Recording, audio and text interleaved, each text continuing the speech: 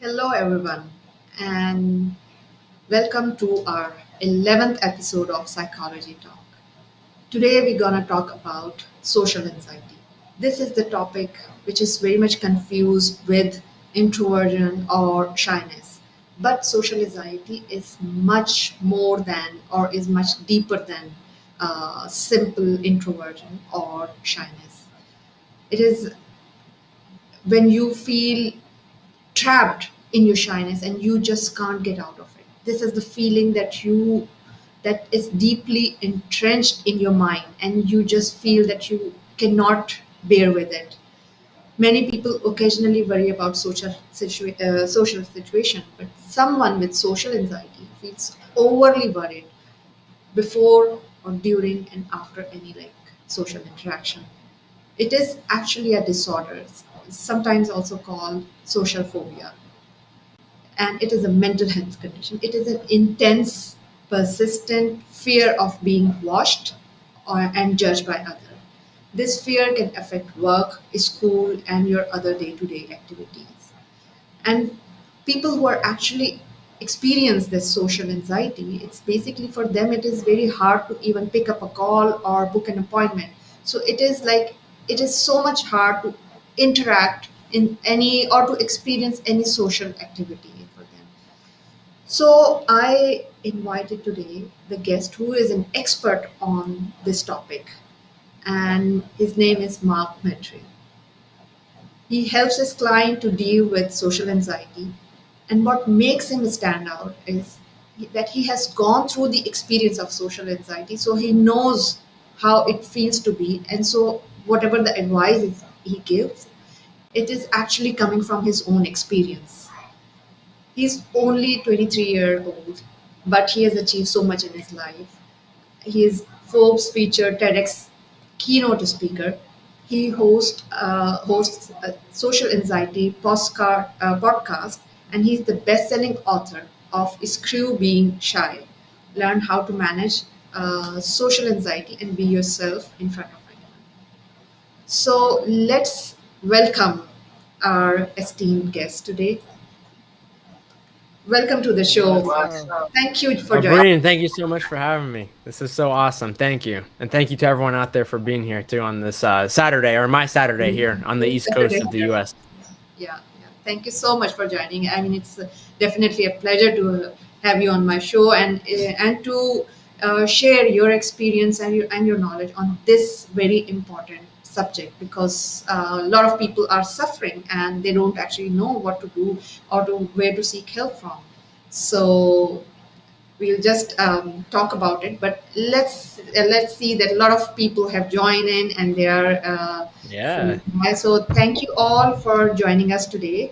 Matthew Warboys, thank you for joining, Matthew. Excellent to be here with you. Thank you so much. Robert Berry is here. Abrar Faruqi is here. Amjad Faye saying hi Amjad. Joanne is also saying congratulations from Peru. Thank you for joining. And Shiros is one of my colleague on LinkedIn at 2 minute. He's a very active member. Thank you for joining. And Aziz is also a very active member on LinkedIn. So thank you all for joining today. So Thank you, Aziz. thank you. Thank you. So before we actually move on to our topic, let's tell us a little bit about yourself. That what was your experience when you were dealing with social anxiety, and how you actually struggled and how you overcome with this. So Yeah, absolutely. And again, thank you for having me, and I appreciate everyone for being here. So for me, my entire life, I had no idea that I had social anxiety. I had no idea what anxiety was. I was never taught about mental health. And I remember growing up and my parents, my teachers, people around me, I was always just called like a shy, introverted, quiet kid. Some people would call me like antisocial. I had very few friends. I was mostly like by myself in school. And it really wasn't until I went to college when I was 18 where I actually realized I had social anxiety because I really, really wanted to connect with people. I wanted to share. But every time I would try to go for it, every time I would try, it would just feel like either something in my brain or something in my body would just hold me, kind of like I was kind of stuck in like my own prison in my mind. And it really wasn't until when I was 18 where next thing I knew, I became obese. I became seriously depressed. I had faced social anxiety my entire life, but that turned into social isolation. I kind of stopped talking to my family, my friends. And next thing I knew, I couldn't go to sleep at night. And I Oh, was actually suicidal for oh, about a month. oh And my. so when this happened to me, it really kind of woke me up and it led me to realize, like, oh, wow, mental health is real. I am just someone who, based on my history, based on my brain, based on my genetics, based on my experiences, I have this issue. And it really wasn't until that happened to me to where I started to realize, like, oh, I'm not going to grow out of this. Like, I'm not going to grow out of being shy or being an introvert, which is what I only thought at the time. I have to take the right steps. I have to learn the science. I have to get help. I have to learn from the experts and reverse this in my brain layer by layer by layer, step by step by step. And yeah, over the last, man, like 5, 6 years now, I've been on this journey of Yeah, just trying to learn, trying to share what I've learned, trying to speak. yeah, And, it's really like the best way I can describe myself is I spent every single day of my life trying to hide from the world. I spent every single day of my life like trying to stay as small as possible. I didn't want anybody to know my story. I didn't know I had a story. And today, that's like literally my full time job. Like, literally, today, all I do is talk about my story. I help other people with the same issue. And it's yeah, literally just the opposite of yeah. how I used to be. And then, at least in America, I'm not sure about where you live, but in America, this is very common. Like, it's Yeah. estimated around like 30 million people in America face this issue, if not more. I think that number is very much underreported. And so, yeah, I just spend my life trying to talk about this, trying to raise awareness because there's Yeah. so many people from kids to teenagers to also adults who are facing this problem and they're invisible and they're silent and it's a huge struggle. And like it literally almost led me to killing myself. And if I did that, I wouldn't be able to, do any of the amazing things that I'm able to do now. And so I'm Absolutely. on this journey. And so, Abreen, thank you for having me. I appreciate it. And thank you so much. And I think you're absolutely right. Actually, the problem here is like to whomever I speak to and to people when I see people around me, they're actually suffering in silos and they don't know whom to reach out. That's the main problem. And as you said that like people like at that time when you don't find any help, you feel so trapped in your own world that you don't know how to get out from that. And that's the main point that you need to seek help or reach out to the right person. And nowadays even like youth, our youth is more prone to this. The main reason is the social media, because and especially the pandemic has actually done even more worse, because it like we were in our silos, and now it has also pushed us deeper in separation, and like it dissolves our connection between like human to human interaction is more even is we are losing that connection. And that's why youth is more prone to actually develop this thing. So it's very important, it's the high time that we should tell people that if you are facing or if you're feeling any fear of interacting with in a social setup, you should seek help, or at least you should realize that there is a problem and you need to take some action. Because most of the time what happens is like especially in the problem is like when we're dealing with the mental health problems, people do not even realize that they have any problem, Mm, because the reason is like if you go through the physical pain, you actually know that what is happening with your body. Like if you have the pain in your arm, you feel it, but this suffering is something that it's you cannot figure out. So in that way, the first step is to realize that, or to become aware of it. So as you mentioned that, like you were facing all this, so how did whom did you actually reach out? Did you actually consult a psychologist, psychiatrist, or your parents encouraged you? So how did you actually break that cycle of, coming out from that social anxiety? Yeah. So here's the honest answer, and I don't, to be honest with you, I don't think a lot of people want to hear this, but so in America, again, I'm not sure how it works around the world, but in America, if you know you have a mental health problem, you basically have three options. You see like a doctor, a psychiatrist, you see a therapist, or worst case scenario, you call the 1-800 suicide hotline. And what I realized from living it is that, first off, it's hard enough for the average person who, even if they realize they have mental health issues, to even talk about it, especially depending on which culture you come from. So I know for me, even though I grew up in America, being from the Middle East, mental health is not really talked about at all. There's Yeah. so much shame around it. You're perceived as like broken or like God doesn't love you. And so there's so many cultural issues on how we Yes. perceive it. But basically, like, it's hard enough for the average person to talk about their mental health. But then you have to imagine if you have a mental health issue that's social anxiety, it's about like 10,000 times worse. And Yeah. so a lot of the times I think that people don't get help, or they tell someone and the other person doesn't know what to do, or Yeah. they tell them something that makes them worse. Like, Yeah. oh, snap out of it, or like, oh, you don't even look that depressed, or like, oh, you should be grateful because Yeah. there's people around the world who are hungry. And so I think actually, like, part of the reason why I wrote my book was because I realized this. I realized that people who have social anxiety and are on the brink, they're just not going to talk to anyone. And like, Yeah. you can try to force them, you can try to get them to get help. It's not really going to work. It could for some people, it's not really going to work. I think that it really just has to do with, like, you have to have like one person, and then you need to like start doing things individually on your Yeah. own if you can't reach out to people. And so for me, like, I look back when I was like in my lowest point, and I had different friends of mine. And for example, like, I know this one friend of mine, his name is Michael. Um, like, we had like made plans ahead of time to like go somewhere. I don't remember.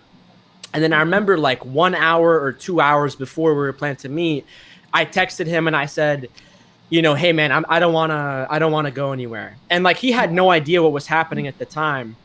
And I remember he stood at the bottom of my apartment, and he would like text me and call me, and he told me like, Mark, I'm not gonna leave until you at least come down and at least just talk to me. And so he had like no idea what was happening, but like something like that, it completely changed my entire life, because it like led me to go like, oh wow, people actually care about me. And for me, like, I was able to climb out of it, and sort of like, but through my friends, through my family, through myself, through me learning what I could do. Like, I mean, I have a different story in terms of seeing like a psychiatrist. It didn't go that well.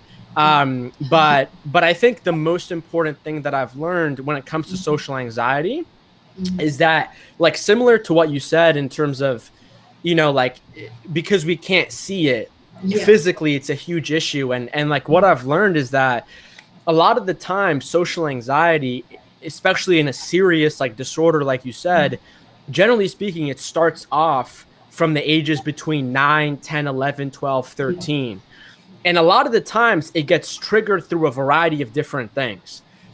Nobody knows 100% why, Yeah. but it's usually a combination of like your family, your brain structure, but more importantly, it has to do with like, if you faced any kind of like discrimination, or if you faced any kind of like social ostracization, that's a huge aspect. So personally for me, um, when I was around 8, 9 years old, my family and I, we moved from kind of like the city on like the East Coast, which had like a lot of different people, many different kinds of people. And we moved to a small town. And this small town had like 6,000 people in it. And the really interesting part about this town was that there was no racial diversity. And so all of a sudden, I'm a kid and I go somewhere where nobody physically looks around me. And then also at this time in America, this was post 9/11. And so if you were Middle Eastern, if you were Arab, if you were any of those things, you face so much racism, Yeah. discrimination. And so for me, when I look back at it, the biggest factor by far was constantly being in an environment where due to trauma, due to discrimination, my brain internalized that and would tell me, Yeah. Mark, you don't belong here. You're not a good force in the world. You're a bad person. You're Yeah. never going to belong. And so now that I know that, that sets the structure. And then what happens is you have like all these thoughts, you have all these emotions, you have all these experiences. And what happens is like when you think a thought, when you experience something, it's not just in your head. What happens is your body and your nervous system creates Yes. this entire biochemical reaction of like Yes. your heart starts to beat, your thoughts start to Mhm. race, maybe you start sweating, maybe your foot starts tapping, maybe you stutter or your throat tightens up. Yes. And what happens is all that is happening in your brain, throughout your blood, your nervous system, your neurotransmitters. And what happens is when that happens for years and years and years and years, Yeah. you are essentially locked into a set of behaviors where even if you think differently, even if you want to do or say something differently, you literally cannot. And then on top of that, what happens is your brain starts to get heavily inflamed. And what happens is it's very, very, very, very common. Yeah. You experience some sort of a social anxiety. The issue gets seeded by the time you're 9, 10, 11, 12, Mhm. 13. And then what happens is you're 18, 19, 20, 21, 22, 23, 24, 25, and like part of your brain almost kind of snaps. True. And what happens is all of a sudden, maybe you start to abuse substances, you fall into different forms of addiction, whether it's social media or video games or pornography or drugs, or you can't go to sleep at night, or you become suicidal. And all of this is, it's like a whole equation, it's a whole step-by-step process. It's kind of like an algorithm. Yes. People on LinkedIn talk about the algorithm. Your Yeah. brain, your nervous system also has an algorithm. And if you're not aware of it, and if you're Absolutely. trapped by it, and if you can't shift your biochemistry, you're more than likely going to be stuck in that toxic cycle for the rest of your life, which is just going to lead to many, many other health problems and relationship issues. And so it's quite it's a Yes. hairy monster. It's very complex.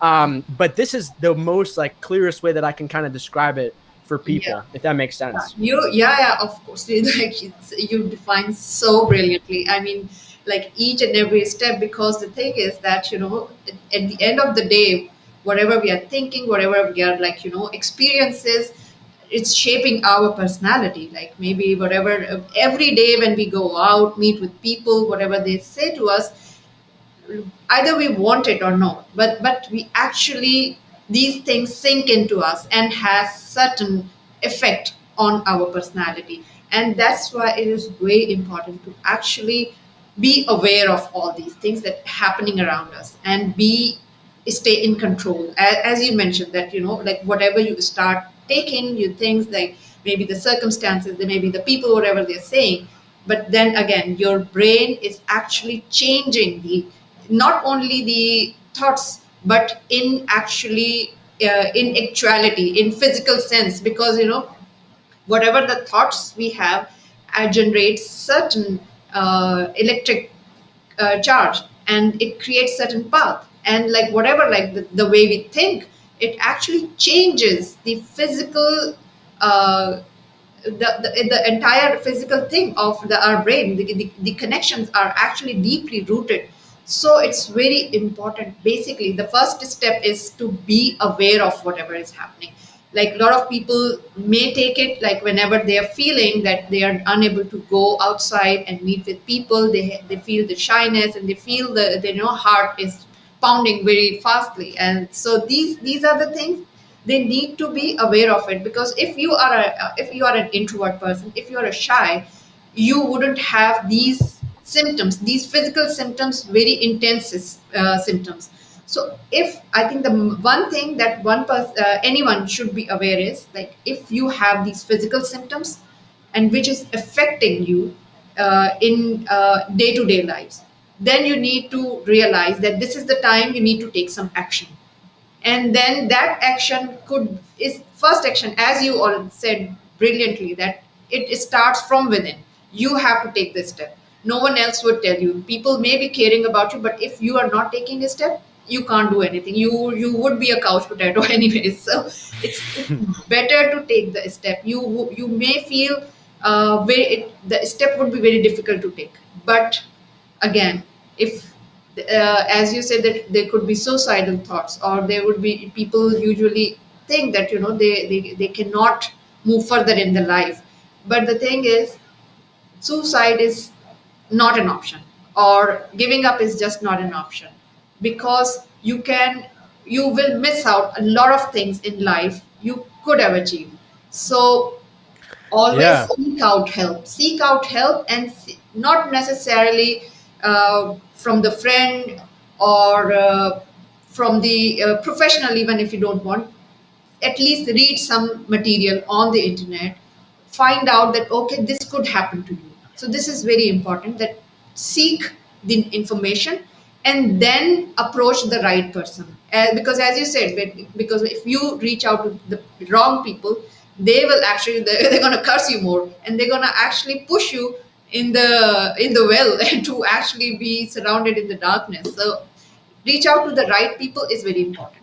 Yes. Yeah. And I would say too, like, I think one of the big shifts that I've learned because I went through it is that, um, like, again, I think everyone has a different experience. I don't know Yeah. if anyone listens to this has been suicidal before, but what I've learned is that being suicidal, it's actually a disease. It's like a brain disease. Yes. And for me, when I experienced it, the best way I could describe it is like I literally felt like my brain broke. Like that's the best way I can describe it. And it's not a matter of like conscious like, oh, I guess I'm gonna kill myself today. No, it's like literally like your brain like is trying to get you to isolate you to kill itself. And like one of the biggest things that I learned throughout this process is that um, now looking back at it, one of the things that I learned that completely changed my perspective on it. And then I also if people go on like Apple or Spotify, I did like an entire episode specifically on suicide, and it's called "Thinking About Suicide." Listen to this, so people can listen to that if they want more. But one of the things that I learned is that um, when you experience this, what's actually happening at a mind level in terms of your thoughts is your mind is actually trying to figure out how do I kill this version of myself and how do I become a different version of myself? Yes. And like maybe it's not like that for everybody, but that was one of the biggest shifts that I learned of like you don't want to kill yourself. Your mind is not trying to kill itself. Yes. You're just trying to kill this version of your life because Exactly. you're not happy because that's not who you are. And for example, like Harvard University did a meta-analysis study, and they actually showed that out of all of the, at least in America, out of all the mental health issues, social anxiety is the most correlated with substance abuse, social isolation, and suicide. And so Absolutely. all of this is like 1 + 2 + 3 + 4.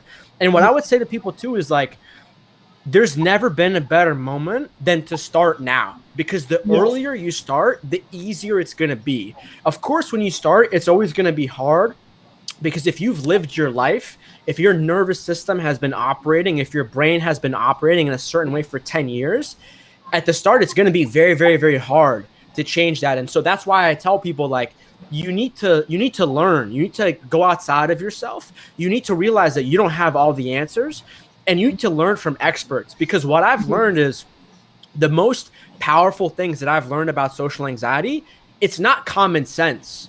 Because a lot of the times people with social anxiety, what they say to themselves is like, "Oh, I just need to be more confident." Or, "Oh, I just need to not be shy." So then they go to events, they try to talk to their friends, they try to talk to people, but what they don't realize is it's happening at a brain issue.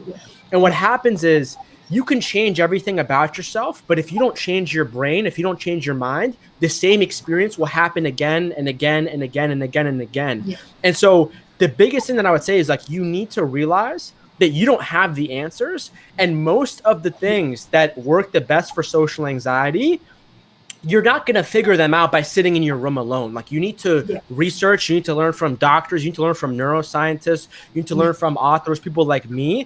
because like whether it's backed by the science, by the research, or whether thousands of people have done it, many of these coping skills and techniques, it's not really common sense. Exactly. So I think that's one of the biggest things that I've said. Very true. I think we got like brilliant comments from the audience. Matthew Warboys is saying the great point about environmental factor, Mark. I had been really social beforehand, but then suffered really badly with social anxiety in teens due to extreme bullying. It took me a very long time to come back. Very true. Bullying is the worst thing that can happen to anyone, and it pushes them to some dark area. Zahra and Dheeraj are here. Thank you for joining, Zahra and Dheeraj, and they're saying wonderful topic and very great explanation. Thank you, Mohammed Khalik. Dr. Samia is also saying very well said. Even quitting needs courage. Giving up on life is not an easy decision to make. If you are brave enough to give up, you can do much more if you just have some courage to keep. And yeah, very sensitive topic. Yes, so coming back to our discussion, and I would agree. I mean, the one thing, the just here we're talking about the social anxiety. It's actually being a human. Like God has made us a social being. We cannot live alone. So it is very very important. Either you are an introvert or an extrovert. You need to connect with people because we cannot live alone. That is the given fact, and we need to realize this. And as you said, that we need to reach out to the people first of all and find out that who are the right one. Read books, research it, and then try to change the chemistry of your brain. It's very important. So I think we have covered quite much, and we have almost finished our time, and we are reaching to our end of this show. Oh So, man. if anyone has any question, please feel free to ask. And in the meantime, I would just ask you that what one advice would you like to give to our audience today? Yeah, can I like speak to people who have social anxiety? Yeah. So based on my research, based on my experience, not everything works for everybody. Yeah. I think there's three main things that I've learned that work the best for people who have social anxiety. Um, these are not ranked in any kind of order. Number one is it's like doing some form of like mindfulness meditation. I know a lot of people say like, oh, reading or praying is meditation, and everyone can do their own thing. But when you sit down and you close your eyes and you focus on your breath, what's actually happening is you're not just getting calm, but what's happening is your brain is rewiring your emotional connections that you have to the world. And that's a big reason why this anxiety starts in the first place. Number two is like here in America, one of the biggest things that's taking off in terms of mental health that is working a lot for people that's very fast is a field that Harvard calls nutritional psychiatry. And Yeah. basically, what this is they found that um, in our bodies, like in our nervous system, and how our body functions, we have this thing called the gut microbiome. And Yeah. basically, this gut microbiome is like an ecosystem of trillions of bacteria that every time you eat food, they're the ones who process it and then send that message back to your body. And what they found is that one of the biggest nerves, one of the biggest connections that your brain is using is something called the vagus nerve. And this Yeah. vagus nerve is directly connected to your gut microbiome. And they found that a very important neurotransmitter for how you function socially in groups and your mood is called serotonin. And what they found Yeah. is that your brain takes 90% data from your gut microbiome and it sends it to your brain. And so, learning more about this thing called the gut microbiome and nutritional psychiatry, that's huge. And then the third one is something called exposure therapy. So you can do this with a therapist, you can do this with a professional. You can also do this like by yourself. Make sure you're doing it in a proper way. I don't recommend doing this right away if this is the first thing you ever do with social anxiety, because if you try to do it as your first thing, you're probably not going to be successful, especially if you've lived a life of social anxiety. And basically what you do is there are layers. There's 4 layers to social anxiety. I won't talk about them now, but you can Google them or look up my name, Yeah. and you can find them. And what you do is you systematically, incrementally expose yourself to each one of these layers of social anxiety over time. And what happens is that slowly begins to build mental and psychological resilience in your brain. Again, I don't recommend you do it the very first thing that you do. I recommend trying some of these other things that I mentioned. But like out of everything that I've learned, I think those 3 are like the surefire ways that I think have worked the best for the most amount of people who experience social anxiety. Wow, that's brilliant. Like this, the biome thing is really actually new to me as well, because like how we can actually have this impact through the nutritions and everything. This is completely amazing. Uh, yeah. So Matthew Yeah. is actually having a question here that what would you advise for overcoming past trauma and how that might impact current relationships in interaction in life? So Yeah, yeah. that's a good question, Matthew. Way to keep me on my toes. So what would I advise for overcoming past trauma? So it's very interesting. I heard this quote and it said, whatever you don't understand about your past doesn't understand you. And so basically what I mean by that is what I found is a lot of people who face anxiety, face depression, a lot of them also have like memory problems. A lot of them don't remember their past. They don't remember their childhood. And that's because it was very abusive or it was very traumatic. And so your brain just blocked it out. You disassociated. And so I know for me, like I honestly don't have that many memories as me as a kid, which is kind of sad. But I think one of the biggest ways that I've found to sort of like try to overcome trauma, obviously it's a very loaded question, but I Yeah. think one thing specifically is when you lie, because a lot of times when you have trauma, you have a very low sense of self-esteem. You feel like nobody likes you. You have no confidence. And a lot of the times you lie to other people to try to get them to think better than you think of yourself. And so whether it's a sort of a simple white lie or not a white lie, I think one of the biggest things that I've learned is that lying can really damage your brain. And there's this quote Yes. that says, Great. truth is the chiropractor of the mind.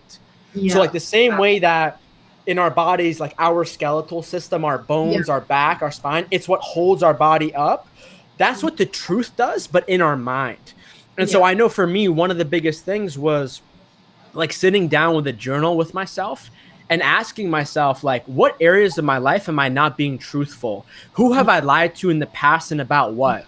And what you'll realize is if you sit down and you think about this for 5 minutes, your brain is going to give you like a logical answer that sounds good to you. Yeah. But a lot of the times it's not the actual truth. And so if you can give yourself like half an hour with no distractions, no noise, just you alone, and you ask yourself like, what have I lied about? What am I not truthful towards?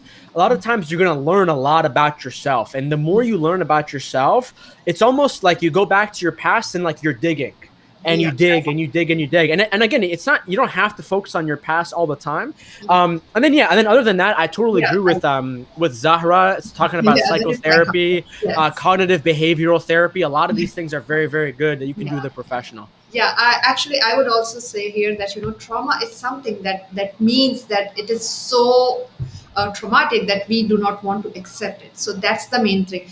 The main thing is that these are the memories or that we want to hide from. But the main problem with the trauma, whenever we face the trauma, why do we face this? First of all, because this is so much unacceptable to us, like whether it's whatever the circumstances is. But like for example, maybe you feeling shame or guilt, but the thing is that we face trauma because it is something that is completely unacceptable for us, and then we try to actually suppress those memories or suppress that event, or we are trying to run away from the guilt or the shame, whatever that has created.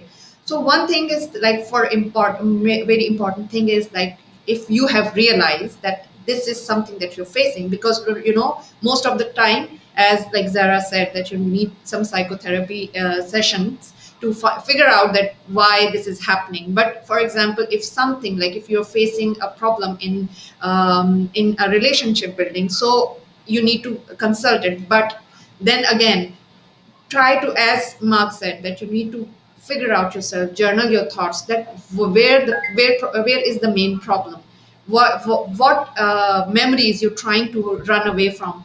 But one thing that is very important is that you cannot run away from your own mind. It will keep haunting you and the more you run away, the scarier it becomes, and Yeah. it will actually become, it's like a ghost. Like you if you feel scared, the more it will haunt you. So the thing is that you should accept it first of all, and then do not try to run away from it.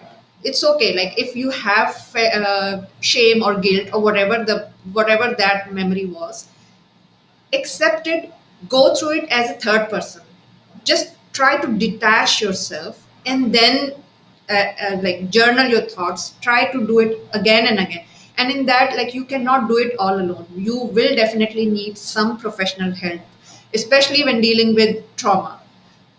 But the best thing is, like as Mark said, journal your thoughts, be aware of it, and try to make a like sort of a disconnect and evaluate yourself as a third person, that what is happening, and only then you would be able to actually control your traumatic thoughts, memories, or whatever it is. So I hope we answered your question. Yeah, thank you. Yeah, thank you so much. You got the answer. So anyways, thank you so much, everyone, for joining us, and uh, giving like a lot of like nice comments here. And I think Dr. Samia is saying that someone going through depression and anxiety, and you can tell it. And yeah, definitely, we do actually. The thing is, like as a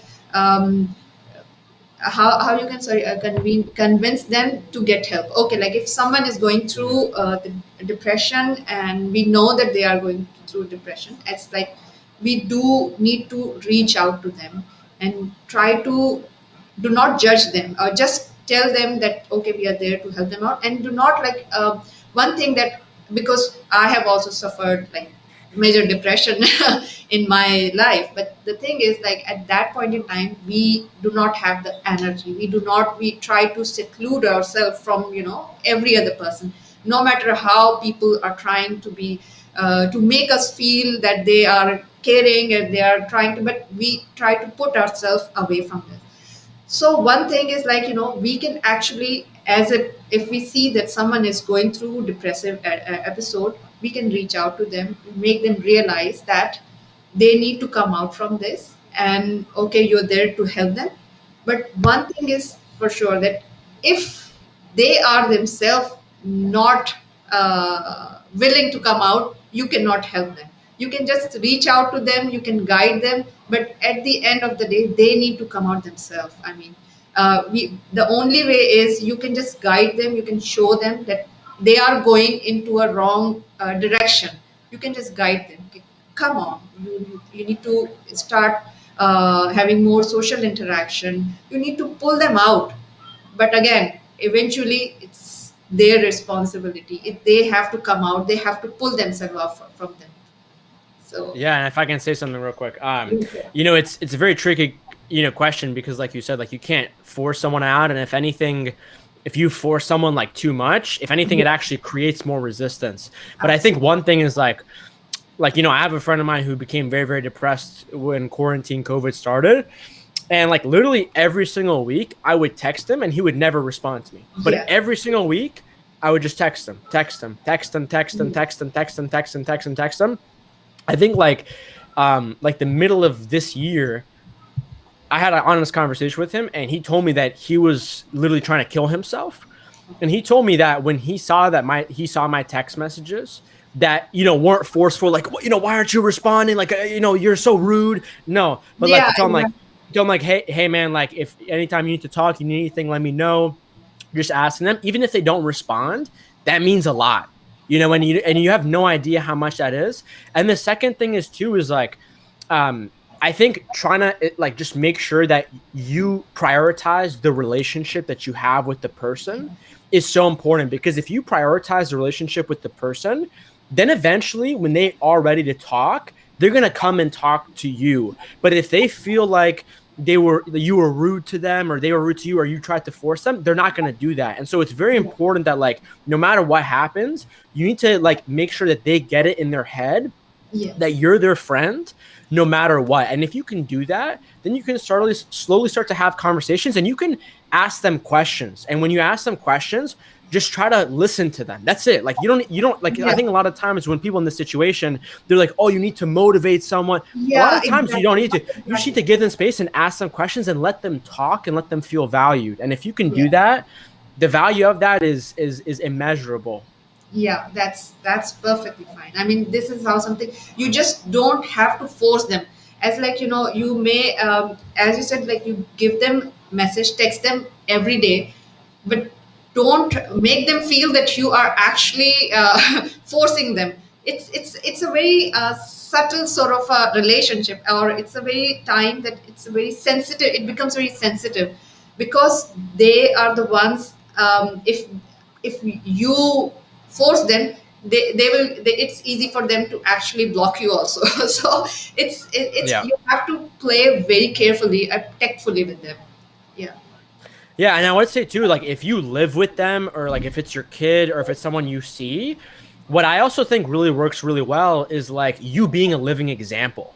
So like for example, like I've lived with different people who have faced similar things, and instead of me like trying to like motivate them, literally just me living my life in the best like mentally healthy possible way, eventually they see that and they're like, I should start to do that.